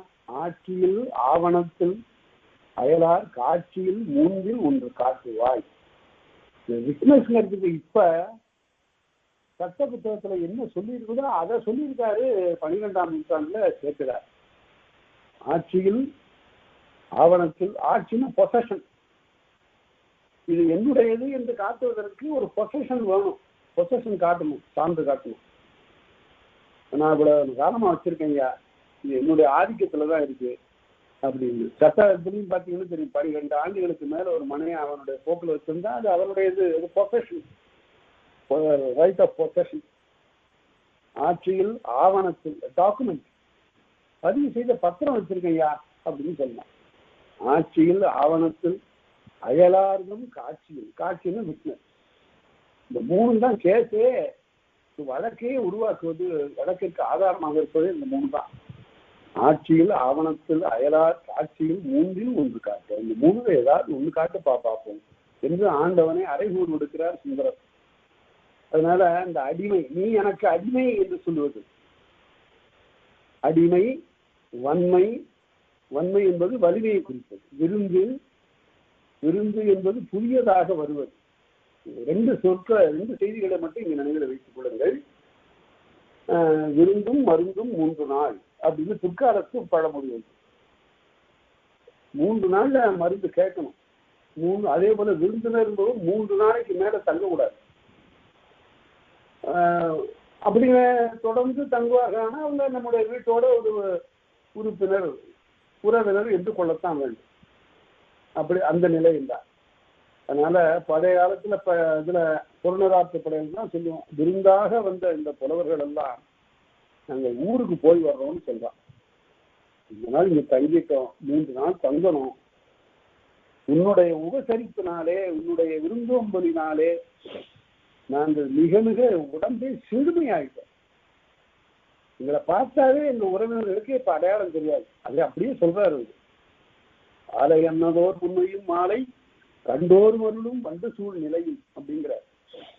அதனால அப்படி உருவம் மாறி போகக்கூடிய அளவுக்கு கரிகாலம் அவர்களை பாதுகாத்து பேணி அவர்களுக்கு வேண்டியன கொடுத்து உள்ளத்தை மகிழச் செய்தான். நாங்க போறோம் அப்படின்னு சொல்லுகிற போது எதுக்காக போகணும் அப்படின்னு கேட்கும் போது ஒரு செய்தி, நுட்பமான ஒரு செய்தி சொல்லுது. இல்லப்பா, இப்படியே சாப்பிட்டுட்டு இருந்தா இந்த சோற்றினுடைய ருசியே தெரியாது, கொஞ்ச நாளைக்கு பட்டினி இருந்துட்டு வரணும். எங்க ஊர்ல போய் எங்களுடைய வாழ்க்கையில இருந்தாதான் ஓஹோ அப்படி ஒரு உணவு உண்டோமே அப்படின்னு நினைக்க வரும். அந்த இந்த விருந்தோம்பலனுடைய அருமையை உணர்வதற்காக நாங்க கொஞ்ச நாள் ஊருக்கு போயிட்டு வரோம். என்ன ஒரு உளவியல் பாருங்க. அது விருந்து, குழு, குழு என்பது ஒரு கூட்டம். பல்குழுவும் பால் செய்யும் உட்பகையும் கொள்குறும்பும் இல்லது நாடு, திருவள்ளுவர் அருமையா இலக்கணப்படுத்திட்டார். பல்குழு, ஒரு நாட்டுல பல்குழு இருக்கக்கூடாது. நம்ம இந்தியாவில் அதுதான் பெரிய குறை. எத்தனை கட்சி இருக்குன்னு சொல்ல முடியல. ஒரு நாட்டிற்கு அரசியல் இயக்கம் என்பது தேவை. அது 2 3 இருந்தா அது சரியா இருக்கும். ஒரு 264 கட்சி இருந்ததுன்னா என்ன செய்யணும்? அதாவது எல்லாருக்கும் தலைமைங்கிறதுல ஒரு விருப்பம், தலைவர் என்று அழைத்துக் கொள்வதில் ஒரு விருப்பம். இயல்பாக நண்பர்கள் பேசிக் கொள்ளுகிற போது கூட இப்ப தலைவான்னு கூப்பிடுறாங்க. தலைவன் என்பது ஒரு பெரிய பெருகற்கரிய ஒரு பேரு, எல்லா நற்பண்புகளும் நிறைந்திருக்க வேண்டும். அதனால அது வேற. குழு பெண்மை, பெண்மை என்பது பெண்ணின் தன்மை. இந்த பெண்ணுங்கிற சொல்லு பெற்று, அந்த பெண்ணுங்கிற சொல்லு தான் முதல் வேறு. அதுல இருந்து பெற்று விருப்பம் என்று பொருள். விருப்பத்திற்குரிய பண்புகளை உடையவள் பெண். அதான் பெற்று, பெட்டை, பெட்டைனாலே அதான் பொருள். விருப்பத்திற்குரிய பண்புகளை உடையது. அது என்ன பெட்டை? அதை சொல்லுகிற போது விலங்கு நூலார் சொல்லுகிற போது சொல்லுவார்கள், மனிதர்கள்ல பெண் அழகு, விலங்குகள்ல ஆண் அழகு என்று சொல்லுவார். மயில் எடுத்துக்காட்டாக அதனை காட்டுவது. பெண்மை அரசு, அரசு என்று சொல்லுகிற போது அது அகிரணையைத்தான் பெறும். அரசு என்ன கருதுகிறது என்றுதான் கேட்கும். அரசு என்ன கருதினால்னா அது பெயராயிடும், இயற்பெயராயிடும். அரசு என்பது அகிரணை. மகவு, மகவு தூங்கிற்று. தமிழ் இலக்கணத்திலையும் சரி, வேறு மொழி இலக்கணத்திலையும் ஒரு ஒற்றுமையை பார்க்கலாம். என்னன்னா குழந்தை அகிரணையாத்தான் கருதுகிறது பல மொழிகளும். சைல்டு ஸ்லீப்ஸ், மகவு தூங்கிற்று, மகவு தூங்குகிறது. ஏன்னா குழந்தை பிறந்த உடனே அது உயர்தனை இல்லை. அது கொஞ்சம் விவரம் அறிந்த பிறகுதான் அது உயர்தனை என்று ஆகும். எப்பன்னு கேட்டாங்க, இன்னைக்கு வகுப்புல கூட கேட்டிருக்கிறாங்க, எப்பங்க குழந்தை உயர்தனை ஆவது அப்படின்னு. 5 வயசுலையா 6 வயசுலையா? அதெல்லாம் இல்லை. எப்பொழுது என்றால் தாய் அந்த குழந்தைக்கு இடுப்புல ஆடையை உடுத்தி விடுகிறார், ஒரு துண்டை கட்டி விடுறார். என்னடா இப்படி நீ ஒரு துணி இல்லாம போய் வெளியில போய் விளையாடுற என்று சொல்லி அறையில ஒரு துண்டை இறுக்கி கட்டி விடுறார். உடனே அந்த குழந்தை என்ன பண்ணுது, சாதாரண அதை அவுத்து விட்டு இருந்துட்டு போமா அப்படின்னு போகுது. அப்ப அது குழந்தை. ஆனா அதே சமயத்துல சிறு குழந்தைகளுக்கு இடையில சராய் போடுவாங்க, ட்ரௌசர். அதுக்கு அது கலந்து கொள்ளாமல் இருப்பதற்காக 2 பட்டையை தூக்கி தோல்ல மாட்டுவாங்க. இந்த தோல் இருக்கிற இந்த பட்டை நெகிழ்ந்து கை வழியாக வந்துட்டுதுன்னா ட்ரௌசர் கீழே போயிடும் அப்படின்றோம். உடனே பையன் என்ன பண்றான், ஒரு கையில சாப்பிட்டுட்டே இருக்கிறவன் இன்னொரு கையில இந்த ட்ரௌசரை தூக்கி இழுத்து பிடிக்கிறான், அது கீழே நடுவாத வண்ணம். அப்போது அவன் உயர்தனை. அதாவது தன்னுடைய பால் உறுப்பையோ உணர்ச்சியோ வெளியில் காட்டக்கூடாது என்ற ஒரு உணர்வு வருகின்ற காலத்து அவன் உயர்தனை. அதை பற்றி கவலைப்படாத காலத்துல அது குழந்தை. அதாவது விவரம் தெரிஞ்சதுங்கிறது அதுதான். ஆண் பெண் என்ற வேறுபாடும், பிறரிடத்து நாம் ஆடையின்றி முன்னாலே நிற்கக்கூடாது என்ற உணர்வும் வருகின்ற காலத்து அவன் உயர்தனை ஆகியிருக்கிறான். அதே சமயத்துல அப்படி உணர்வு வந்தவன் இறந்து ஒரு மனிதன், உயர்ந்த பண்புகளோடு வாழ்ந்த ஒரு மனிதன், உடஞ்சனாக வாழ்ந்த ஒரு மனிதன், பிறருக்கெல்லாம் விரும்பியனையெல்லாம் செய்து ஒழுகிய ஒரு வள்ளல், அவன் இறந்து பட்டா அதுக்கப்புறம் அவன் பிணம் இல்லை. அவனை பிணம் என்று சொல்லுவது மரபில்லை. உயிர் நீத்து ஒரு மகன் கிடந்தான் அப்படின்னு காட்டுறாரு சனாதரர். இங்கே தெய்வம் உறங்குகிறது யாங்கிறான், எங்களை வாட வைத்த தெய்வங்கிறான். அதனால இந்த உயிர் இருக்கிறதோ உயிர் இல்லாததோ அல்லது வயதோ இதெல்லாம் உயர்தனையை முடிவு செய்யவில்லை. உயர்தனையை முடிவு செய்வது என்பது பண்பு. உயர்தனையன்மானார் மக்கள் சுட்டு இவன் ஒரு மகன் இவன் ஒரு மகள் என்று சுட்டி சொல்லப்படுகின்ற நிலையில் உயர்ந்த பண்புகளை உடையவர்கள்தான் உயர்தனை. அகிரணையன்மானார் அவரவர்களே. அதனால மெய்வாய் தன்மூக்கு செவியுடைய மனிதனாக பெண்ணாக ஆணாக பிறந்திருந்தாலும் மக்கள் பண்பு இல்லாவிட்டால் அது விலங்குதான். அந்த இடத்துல சுற்றி சிரியுதுங்கிறான். அதனால அது அகிரணை தான். அதனால மகவே குடவி தன்மை திரிபெயர், ஆண் தன்மை பெண் தன்மை 2 பிரிந்து இருக்கிறது. அலி அலி கூட உயர்தனை தான். ஆனால் இந்த இடத்துல அகிரணையே முடிவு பெறும். அகிரணையை சொல்லே அதில் பெறும். இப்ப சொல்லப்பட்டன எல்லாமே உயர்தனை தான். ஆனா அகிரணையாகத்தான் சொல்லப்படுகிற சொல்லினுடைய அமைப்பு அப்படி. இதையெல்லாம் பண்புகளை குறிப்பதனால் அவற்றை அகிரணையாக சொல்லுவது ஒரு மரபு. உறுப்பின் கிளவி அதே போல உறுப்பினாலே வருவது. உறுப்பை குறித்த ஒரு சொல். குருடு, செவிடு. இந்த குருடு வந்துச்சு, செவிடு ஒன்றும் சொல்லாமல் போயிற்று அப்படின்லாம் சொல்லுகிற போது அதுவும் அகிரணை. அந்த முடம் நடக்க முயன்றது, அதெல்லாம் அகிரணை. அப்ப அடுத்தது காதல் பற்றி வருவது. அன்பு பற்றி, இந்த இடத்துல அன்புனாது அன்பு பற்றி வருவது. தன்னுடைய ஒரு தாய் தன்னுடைய மகளை சொல்லுகிற போது, தன்னுடைய மகளை போது சொல்லுகிற போது என் பாவை, பாவைன்னா பொம்மைன்னு அர்த்தம். செய்யப்பட்ட ஒரு பொம்மை, அதுதான் பாவை. மணல்ல செய்யப்பட்ட பாவைன்னு சொல்றான், மணற்பாவை. என் பாவை அவ்வளவு செய்து வைக்கிறது, அவ்வளவு அழகா இருக்குதான்.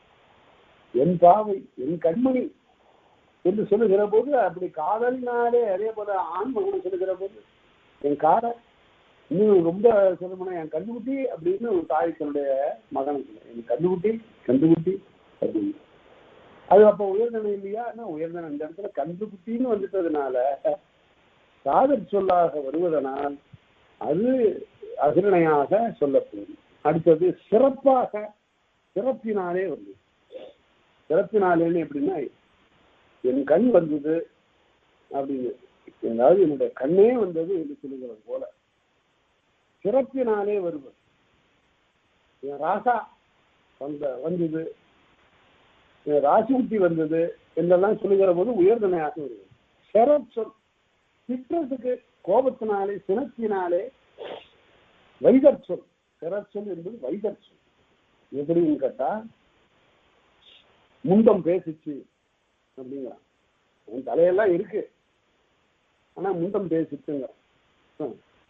தடிமாடு இப்பதான் வந்துட்டு போகுது அப்படின்னா ஒரு ஆணைத்தான் சொல்லுகிறான், ஆனா அது உயர்தனை அல்ல. அந்த இடத்துல அது சிறச்சொல். அதே போல விரச்சொல் வலிமையினால, சிங்கக்குட்டி அங்கிருந்து வந்தது, வேலையை முடிச்சது, போயிட்டது, அது விரச்சொல். காளை என்று உயர்த்தி பேசுவது, இவ்வாறெல்லாம் அது விரச்சொல். ஆவது 3 இந்த 18 உயர்தனை மருங்கி நிலையின ஆயினும், உயர்தனை மருங்கும் நிலையின ஆயினும், உயர்தனைக்கு உரியனா என்றாலும் கூட அவையும் இவற்றை ஒத்த பிறவும் உயர்தனைக்கு ஒத்தன ஆயினும் கூட அகிரணை மருங்கின் கிளந்தாங்கியலும். இவையெல்லாம் அகிரணை முடிவே பெறும். இது கிளவியாக்கம் என்பதை மறந்துவிடக்கூடாது. கிளவியாக்கம் என்றால் செங்கல்ல அடுக்கி கட்டடம் கட்டுறது மாதிரி, சொற்களை அடுக்கி ஒரு வாக்கியம் சமைக்கிறது, ஒரு தொடர் சமைக்கிறது. இதுதான் கிளவியாக்கம். 4 சொற்களை கூட்டி ஒரு தொடர் சமைக்கிறோம்.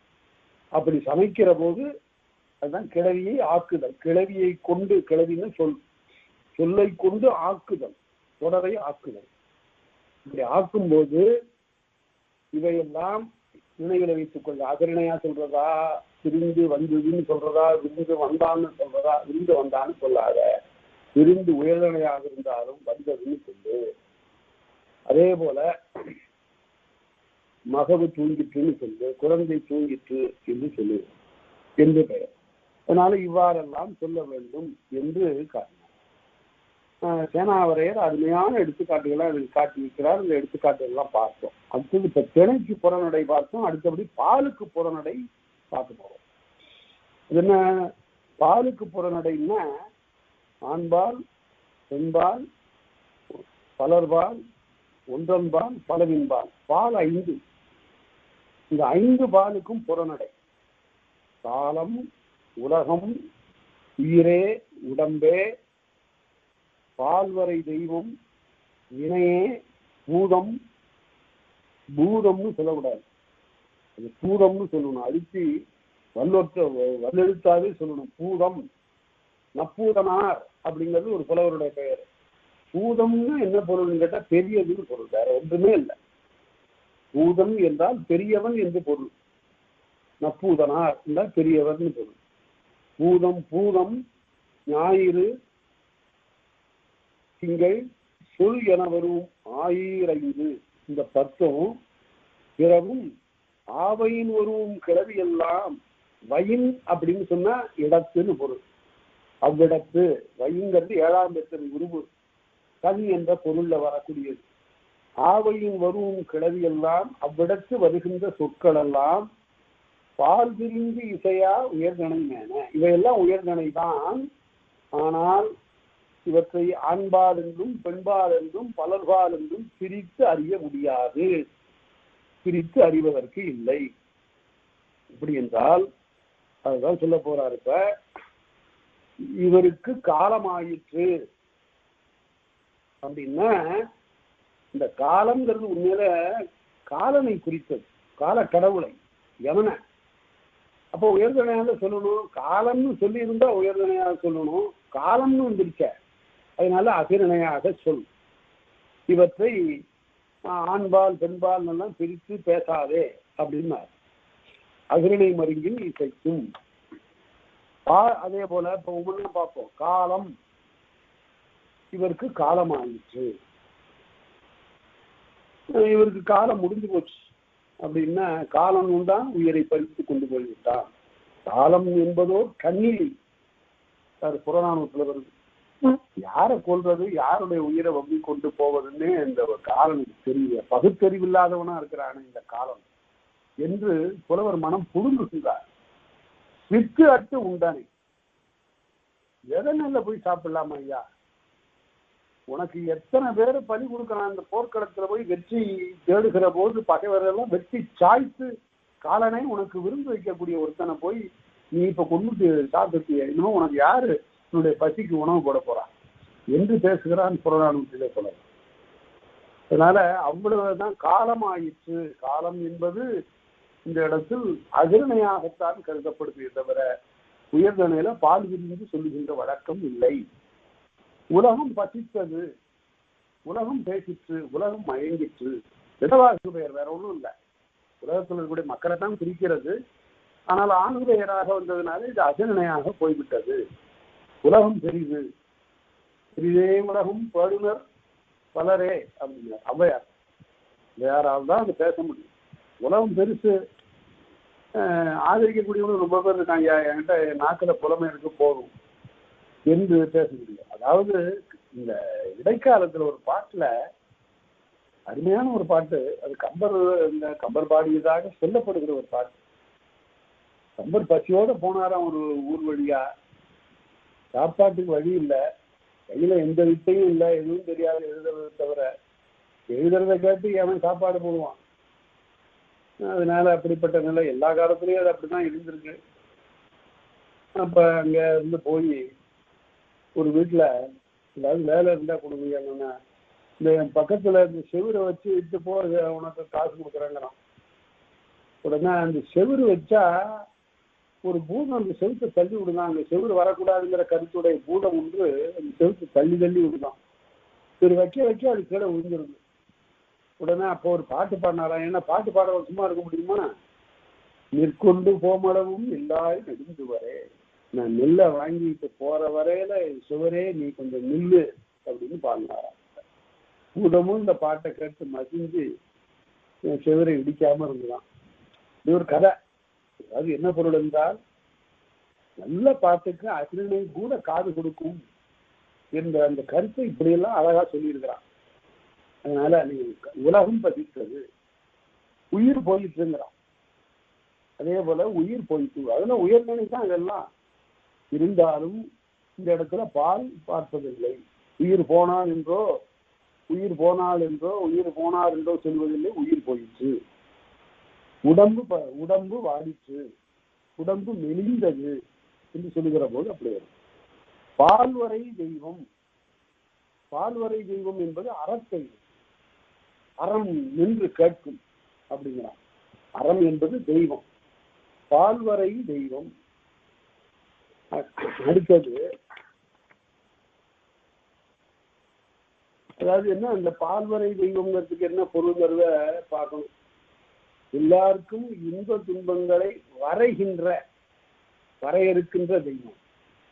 பால்ல பகுதி, எல்லாருக்கும் இன்ப துன்ப பகுதிகளை வரையறுக்கின்ற தெய்வம்.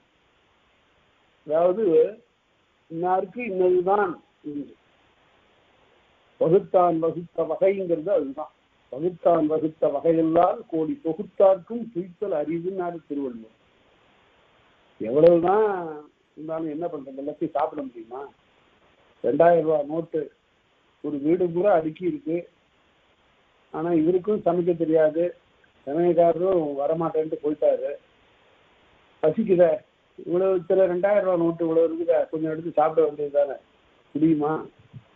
அது போலதான் அவரவருக்கு எழுதியது இவ்வளவுதான், இதைத்தான் நீ தூக்க வேண்டும் என்று எழுதியிருந்தா அதுதான் பால்வரை தெய்வம் என்பது.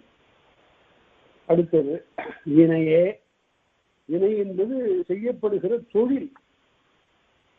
வினை என்பது இந்த இடத்துல அற தெய்வத்தை குறிப்பதாக சேனாவரையில் எழுதினாரு. வினை பூதம். பூதம் என்பது அளவு பெரியது. பூதம் நகை செய்தது என்று எழுதுவோம். பூதம் நகை செய்தது, அதாவது பெரிதாக இருப்பதுன்னு பொருள். உலகத்திலே பெரியது எதுன்னு கேட்டா 5 தான் பெரியன. உலகத்துல இயற்கையில பெரியன 5. பரிபாடல்ல 2வது பாட்டுல சொல்றாரு, நிலம் நீர் தீ வழி விசும்பு. இந்த 5க்கு மேல ஆற்றலே கிடையாது. எல்லாமே இந்த 5க்குள்ள அடக்கம். நிலம் நீர் தீ வழி விசும்பு. அதனால அரசனை பற்றி பாடுகிற போது கூட இந்த 5ஐ விட 5ஐ போன்ற ஒரு ஆற்றல் உடையவன் நீ அப்படின்னு புறநானூற்றுல பேசுகிறார்.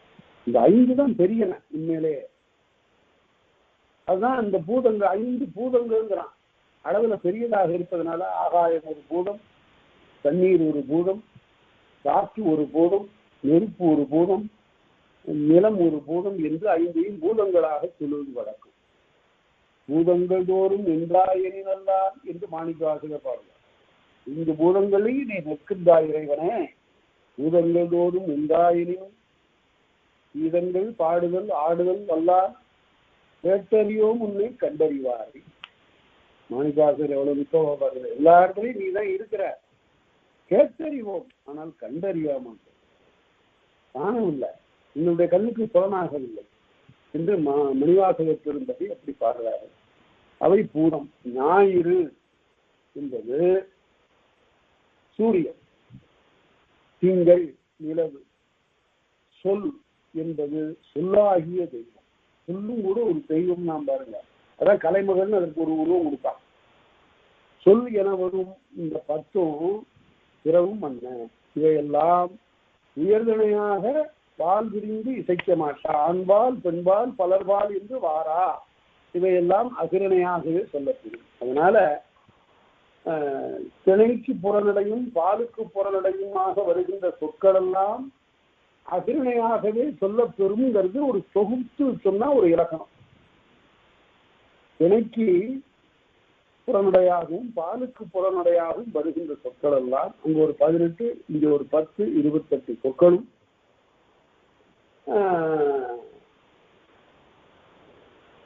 இவையெல்லாம் எப்படின்னு கேட்டா இவையெல்லாம் அகிரணை மருங்கின் கலந்தாங்கியல். இதெல்லாம் அகிரணையாக சொல்லப்படும். சரி, இப்ப நின்றாங்கு இசைத்தல் இவன் இயல்கின்றே, அதுக்கே ஒரு விளக்கம் தான் சொல்றாரு.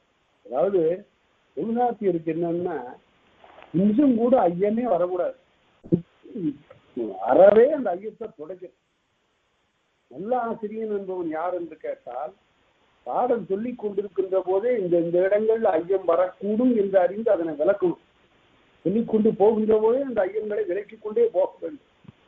ஒரு மாணவன் சொல்லுகிறான், ஐயா நிறைய ஐயங்கள் எனக்கு தோன்றிக் கொண்டே இருந்தன, ஆனால் நான் கேட்டுக்கொண்டே இருக்கின்ற போது அவை எல்லாமே விலகிவிட்டன, நீங்கள் எல்லாவற்றையும் எனக்கு விளக்கி விட்டீர்கள் என்று சொல்லுவார். அதுதான் ஒரு நல்ல ஆசிரியனுடைய சரியான பணி சிறப்பு. ஐயம் தோன்றக்கூடிய இடம் எது என்று கருதி அதனை நீக்குதல். அதை அருமையாக நம்ம இலக்கணத்துல உரை எழுதியவர்கள் சொல்லுவார்கள். அறியாது கடாது நாய், அது இன்னும் ஒரு சொல் வரும். உரையாசிரியம் உரை எழுதுகிற போது மாணவர் அறியாது கடாது நாய்க்கு இவரே எழுதுகிறார். அது அந்த இடத்துல ஒரு ஐயம் வருமா மாணவனுக்கு. உடனே அதற்கு ஒரு விடையும் சொல்லுவார். அவ்வாறு சொல்லுவதெல்லாம் ஆசிரிய மாணவ மரபு, உரை மரபு, அதெல்லாம் பார்க்கலாம்.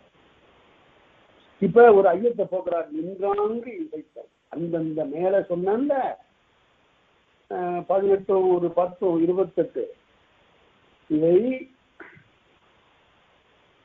இவையெல்லாம் நின்றாங்கு அப்படியே நின்றபடி சொல்லுதல் மரபு இல்லை. காலம் முதலிய சொற்களை அப்படியே காலம் வந்ததுன்னு தான் சொல்லணும், அப்படிதான் சொல்லணும். நின்றான் அப்படியே நின்றபடி நிறுத்தி உயர்தனையாக சொல்லுதல் மரபு இல்லை.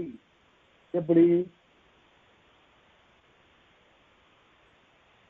காலம் காலம் வந்தான்னு சொல்லக்கூடாது, காலம் வந்தான் என்று சொல்லக்கூடாது. காலம் வந்தான்னு சொல்லு, மாற்றி சொல்லலாம். அதுக்கும் பாலியீறு கொடுத்துட்டா சொல்லலாம். காலம் என்பது பாலியீறு உடையது இல்லை, ஆகவே அது அகிரணைக்கு உரியது. அதை உயர்தனையாக ஆக்கிவிட்டீர்கள் சொல்லலாம். காலம் வந்தான் நின்றாங்க இருக்கின்றபடி சொல்லுகிற போது அது உயர்தனையாக சொல்ல முடியாது. சரி, அதே நூற்பாவுக்கு இன்னொரு பகுதி இசைத்தலும் உரிய வேறு இடத்தான சொல்லலாம், வேற மாற்றிட்டா சொல்லலாம். காலம் வந்தான், காலம் வந்தான், காலம் கொண்டான், உலகர் பசித்தார் என்று ஈட்டை மாற்றிவிட்டால், அதனுடைய ஈறு மாறும்படியாக பாலீறு கொடுத்து விட்டால் இசைத்தலும் உரிய. அப்படியானால் வேறு இடத்தான வேறு இடத்தில் நீங்கள் பாலை மாற்றி விட்டால் அதற்கு பிறகு சொல்லுவதற்கு உரியது. ஈறு வேறு இடம்னா ஈறு திரிந்த இடத்து, ஈறு திரிந்த இடத்து இவையெல்லாம் உயர்தனையாக வரும். விருந்தினர் வந்தார் மாறி போச்சு பாருங்க. விருந்தினர் வந்தார், ஆண் குழந்தை அழுதான், பெண் குழந்தை அழுதாள் என்று இவ்வாறு வினை ஈறு மாறுகின்ற இடத்தோ அல்லது அடைச்சல் புணர்க்கின்ற இடத்தோ அவ்வாறு உயர்தனையாக வரும். அடுத்தது ஒரு அருமையான ஒரு நூற்பா. எடுத்த மொழி இனம் செப்பலும் உரித்தே. எடுத்த மொழி இனம் செப்பலும் உரித்தே. நாம கூறுகின்ற ஒரு மொழி அந்த தொடருக்குரிய பொருளை அல்லாமல் வேறு இனமான வேறு ஒரு பொருளையும் சொல்வது உண்டு. நான் சொல்லுகின்ற ஒன்று அதற்கு இனமான வேறு ஒரு பொருளையும் தெரிவிக்கக்கூடிய நிலை உண்டு. எப்படி என்றால், அறம் செய்தவன் துறக்கம் புகுவான், அதாவது தர்மம் செய்தவன் சொர்க்கத்துக்கு போவான்னு சொல்றான். அறம் செய்தவன் துறக்கம் புகுவான்னா அப்ப அறம் அல்ல மரம் செய்தான் துறக்கம் புகான் என்றோ அல்லது நரகம் புகுவான் என்பதும் ஒரு பொருள். அது இனமான ஒரு பொருள். அந்த இனமான பொருள் தெரிந்தது என்றால் எப்படி என்றால், நல்வினை செய்தான் நலம் பெறுவான் என்றால் தீவினை செய்வான் தீங்கு பெறுவான் என்பது உள்ளீடு. அதையும் சொல்லுது. இப்ப அதுக்கு அருமையான எடுத்துக்காட்டு இளம்பூர்ணர் காட்டுவாரு. மேலைச்சேரி கோழி அழைத்தது. மேலைச்சேரிங்கிற ஊர்ல இருக்கிற கோழி அழைத்தது அப்படின்னா கீழைச்சேரியில இருக்கிற கோழி அழைப்புன்றதுன்னு பொருள். 2 கோழி சண்டை போட்டுது. அதுல மேலைச்சேரி கோழி நல்லா ஓங்கி நின்றுதியா, அடிச்சு தூக்கி எறிஞ்சிட்டுதியா அப்படின்னா கீழைச்சேரி கோழி அழைப்பு உண்டது என்று பொருள். அது அழைக்கப்பட்டது என்று பொருள். அதனால இனமான பொருள் பெறப்படும். இப்ப திருக்குறள்ல எடுத்துக்காட்டு இல்லாததே இல்லை. எல்லாவற்றுக்கும் பொருள் சொன்னவர். இழிவறிந்து உண்பான்கள் இன்பம் எய்தும். இதை எழுதி போட்டுக்கிட்டா போதும், வீட்டுல நோயே வராது. இந்த ஒரு தொடர இழிவறிந்து உண்பான்கள் இன்பம் எய்தும். அதாவது எவ்வளவு குறைவா சாப்பிடுறோமோ அவ்வளவு குறைவா சாப்பிட்டா வயிறு கொள்ளுகிற அளவுக்கு சாப்பிடாம, இழிவுன்னா கீழ் அல்ல குறைவு, குறைந்த அளவு உண்பான் இன்பம் எய்தும். அவன் இன்பம் எய்தும், அவனுக்கு மகிழ்ச்சி வரும் அப்படின்னு. அதாவது குறைவா சாப்பிட்டா அற்றது போக அப்படின்னாரு. சாப்பிட்டது செரித்த பிறகு அடுத்த சாப்பாடு வரும், அடுத்த உணவு வரும். பசித்து உண்க என்பதுதான் இலக்கணம். அது மருந்துன்னு ஒரு அதிகாரம் போட்டு திருவள்ளுவர் என்ன சொல்றாரு பாருங்க, மருந்துன்னா மருந்தை பத்தி தானே சொல்லணும். மருந்தன வேண்டாவாம் யாக்கைக்கினார்.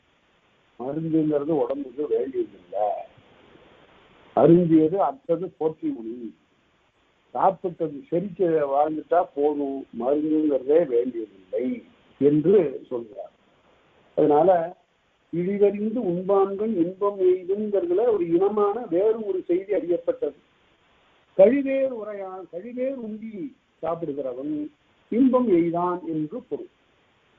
மிகுந்த உணவை உண்ணுகிறவன் இன்பம் எய்தான் என்பது உள்ளீடான ஒரு பொருள் அறியப்பட்டது என்று ஆகும். ஆக இது வரையில மிக அருமையாக இந்த கிளவியாக்கத்தில் திணை, பால், எண், இடம், காலம் இவற்றையெல்லாம் மிக அருமையாக ஒரு விலைக்கு சொல்லியிருக்கிறார். இந்த திணைக்கு புறநடை, பாலுக்கு புறநடை, இவற்றுக்கெல்லாம் வலுமையாக வரக்கூடியன எல்லாவற்றையும் ஒவ்வொன்றாக விலைக்கு அவர் காட்டியிருக்கிறார். இலக்கணத்துல பிழையே வராதவாறு சொல்வதற்கு இந்த கிளவியாக்கம் ஒன்று போதும்.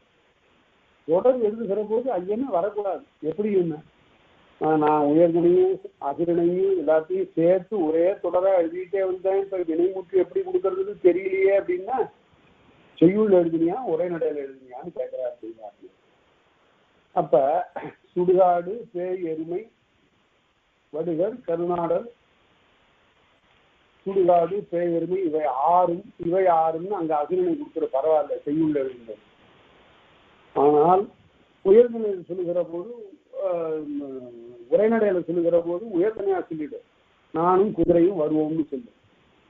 குதிரை அகிரணையாச்சன்னு தயங்காத, ரெண்டு நீ சேர்ந்துட்டு இல்லதோட, அதனால நானும் குதிரையும் வருவோம்னு சொல்லு என்று இப்படியெல்லாம் அந்த இடத்துல மயங்கும். யாருக்கும் குதிரை வந்ததுன்னு சொல்லலாம், நான் வந்தேன்னு சொல்றோம், கண்ணன் வந்தான் குதிரை வந்ததுன்னு சொல்லலாம். கண்ணனும் குதிரையும் அப்படின்னா உடனே யாருக்கும் மையம் தட்டும். கண்ணனும் குதிரையும் வந்தார்கள் என்று உரைநடையில சொல்லலாம். செய்யுள்ள சொல்லுகிற போது அகிரணையா சொல்லுங்க என்று அவ்வாறெல்லாம் விளக்கி காட்டுகின்ற ஒரு பெரிய நுட்பம், இலக்கண நுட்பத்தை இந்த கிளவியாக்கத்துல தொடர் அமைப்புல பார்க்கிறோம். இப்ப என்ன பொருள் என்றால், ஒரு எழுவாய் இருக்கிறது, அது தனியாக இருக்கிற போது ஒரு பெயர், அது தொடர்ல வருகிற போதுதான் எழுவாய். பரிமார் கலைஞர் சொன்னார் வகுப்பறையில, ஒரு பையனை பார்த்து இலக்கணம் கேட்கிறார், எழுவாய் அப்படின்னாரு. அவன் எழுந்தான். இதற்கு செயற்படு பொருள் யாது அப்படின்னாரு. உனக்கு தெரியல. இந்த தொடரில் செயற்படு பொருள் யாதுன்னு தெரியல. எழுவாய் செயற்படு பொருள் யாதென்ற அறிகளை பயனிலை உட்கார்னார்.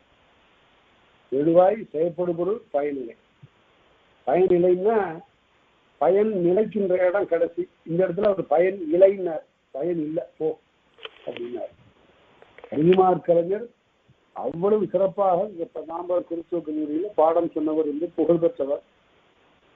அப்படிப்பட்ட ஒரு பெருமகன் ரொம்ப இடமேலே இறந்து போய்விட்டார், காசு நோய் வந்து இறந்து போய்விட்டார் என்பது அவர் பெரிய சிறப்பு என்னவென்றால், நாடகவியல்னு ஒன்று எழுதுகிறார். நாடகத்துக்கு இலக்கணம் எழுதுகிறார், நூற்பாவா எழுதுகிறார். அதான் சிறப்பு. இந்த நூலெல்லாம் படிக்கணும். நாடகவியல் ஒரு இலக்கண நூல் எழுதியிருக்கிறார். நாடகம் எப்படியெல்லாம் இருக்க வேண்டும் என்பதற்கான இலக்கணத்தை சொல்கின்ற ஒரு நூல். பரதம் சேனாபதியும் என்று பண்டை காலத்தெல்லாம் இருந்தன சொல்லிட்டு இருக்கிற காலத்துல பின்னாளில் ஒரு நாடக நூலை எழுதக்கூடிய ஒரு வன்மை அவருக்கு தான் இருந்தது. மறைநடிகளார் யாரையும் புலமையினால யாரையும் மதிக்காதவர், அவரே மதித்து போற்றிய ஒரு பெருந்தகை பரிமார் கலைஞர். அவர்களெல்லாம் அவர் தான் முதலாக தமிழ் மொழி வரலாறுன்னு அவர் எழுதிய காலத்துல இந்த தமிழ் பாஷையின் வரலாறுன்னு பேர் வச்சாங்க. அப்புறம் தமிழ் மொழியின் வரலாறுன்னு இப்ப மறு அச்சாகி வந்திருக்கு. முதல்ல தமிழ் மொழிக்கு மொழி வரலாறு எழுதியவர் பரிமார் கலைஞர் தான். அந்த நுட்பங்கள் எல்லாம் நான் சொன்னேன். எழுவாய் என்றால், எழுவாய்ன்னு சொல்லிட்டீங்கன்னாவே அது தனி சொல் இல்லை, தொடர்னு பொருள். தொடர்ல ஒரு உறுப்புன்னு பொருள். தனியா இருந்தா அது பேர் பெயர். கண்ணன்னு பெயர். கண்ணன் வந்தான்னு சொல்லுகிறவங்க கண்ணன் எழுவாய். இந்த ரெண்டுக்குள்ள வேறுபாட்டை தெரிந்து கொள்ள வேண்டும். அது தெரிஞ்சாதான் அடிப்படையில் போகலாம் வேற்றுமையில். கண்ணன் தனியாக சொல்லுகிற போது பெயர், கண்ணன் வந்தான் என்று சொல்லுகிற போது கண்ணன் எழுவாய். வந்தான் என்பது வினைமுற்று தனியா சொன்னான். கண்ணன் வந்தான் என்று சொல்கிறவர் வந்தான் என்பது பயனில்லை. அதனால